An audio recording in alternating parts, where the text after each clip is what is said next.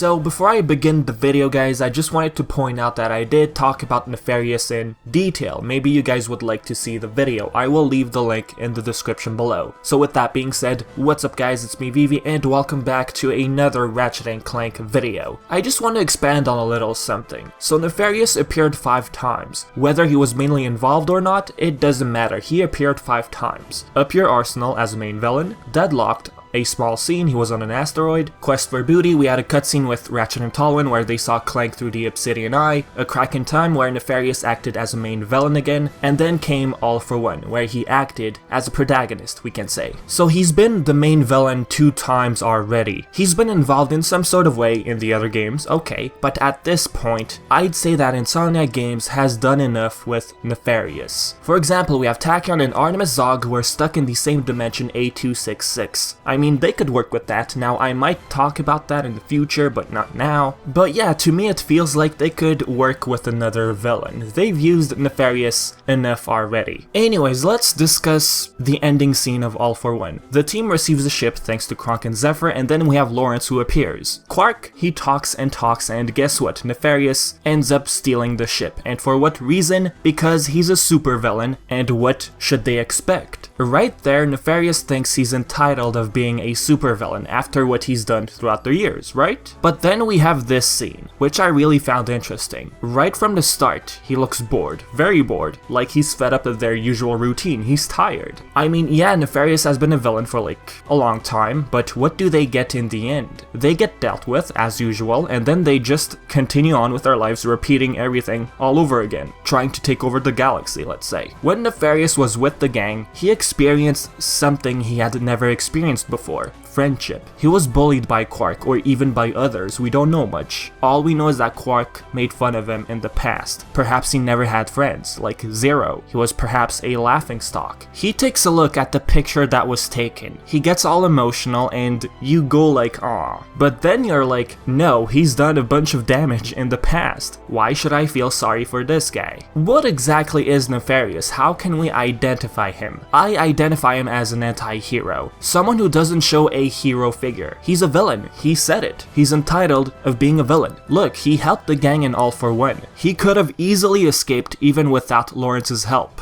Yes, Nefarious had a few moments with Quark. He got slapped when they met the plumber. That's natural. Part of him will perhaps always think of the past, being laughed at. He'll always have this grudge against Quark. Because of that day, all of his madness grew, and with time, he just considered himself a mad scientist who would take over the galaxy. After everything he's done, he feels like he can do even more. That's why he calls himself a bad guy. But does he have what it takes to be a villain again? I just don't think so. I believe it's time Nefarious no longer becomes the main villain. I'm talking about the original series here, not the PS4 game. Put that aside. Nefarious was made fun of. He was bullied. He thought people considered him weak. His way of defending himself and showing that he was a tough guy was to become a bad guy and cause a lot of terror. But at what cost? The cost of a friendship? I mean, you saw the ending scene of All for One. You saw his emotional side rising. Hey, this is actual friendship.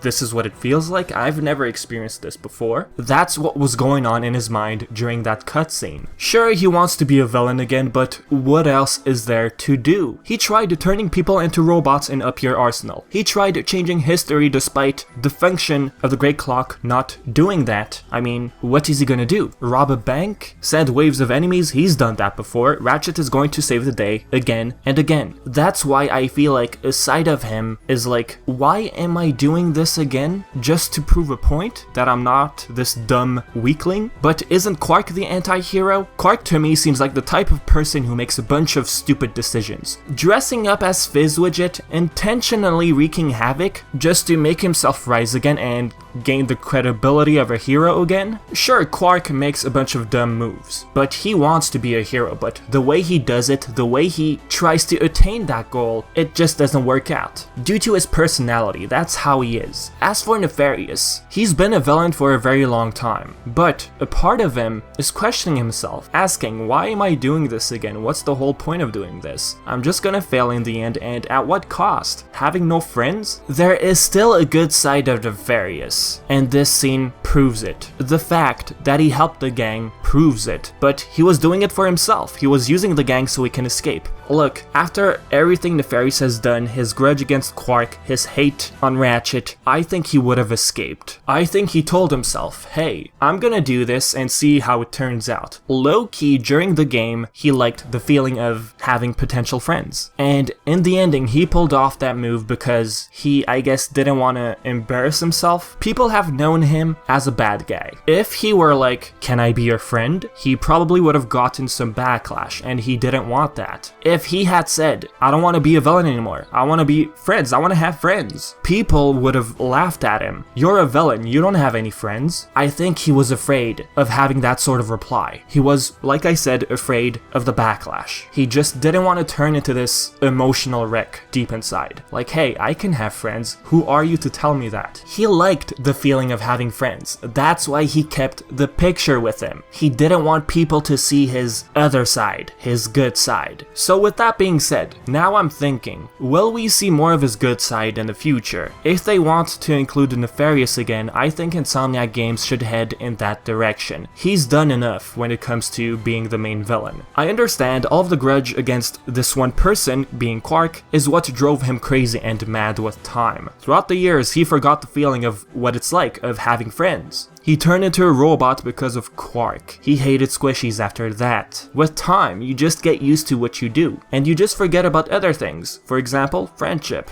Honestly, I like seeing Nefarious as a bad guy, but seeing this scene makes me wonder, is it time Nefarious calls it quits, taking over the galaxy? Look, by nature, part of him will always get triggered very easily. He will always make a wrong move, perhaps, I'm saying. If he doesn't get what he wants, for example, it will get him super mad. He's going to get triggered. For example, if he's not happy with the way the season finale of Lance and Janice ended, he's going to turn crazy and probably attack or bombard the network. I don't know. And during the radio, during the news, he did say the writers should be annihilated. By nature, Nefarious will act that way, but deep inside, there is a part of him wondering what it's like to have friends. Now this good side of him, it's going to take time. I'm not saying they should suddenly make him a very nice guy. It's going to take time. We're like so used to him being a bad guy. Maybe introduce him in a couple of scenes, arguing with Quark as usual, but slowly introduce his other side of him. Maybe his picture might fall out of his pocket if he does have a pocket. Ratchet might see the picture, Quark might see the picture, and they're gonna wonder, hey, why'd you keep the picture with you? And then that's how it all starts.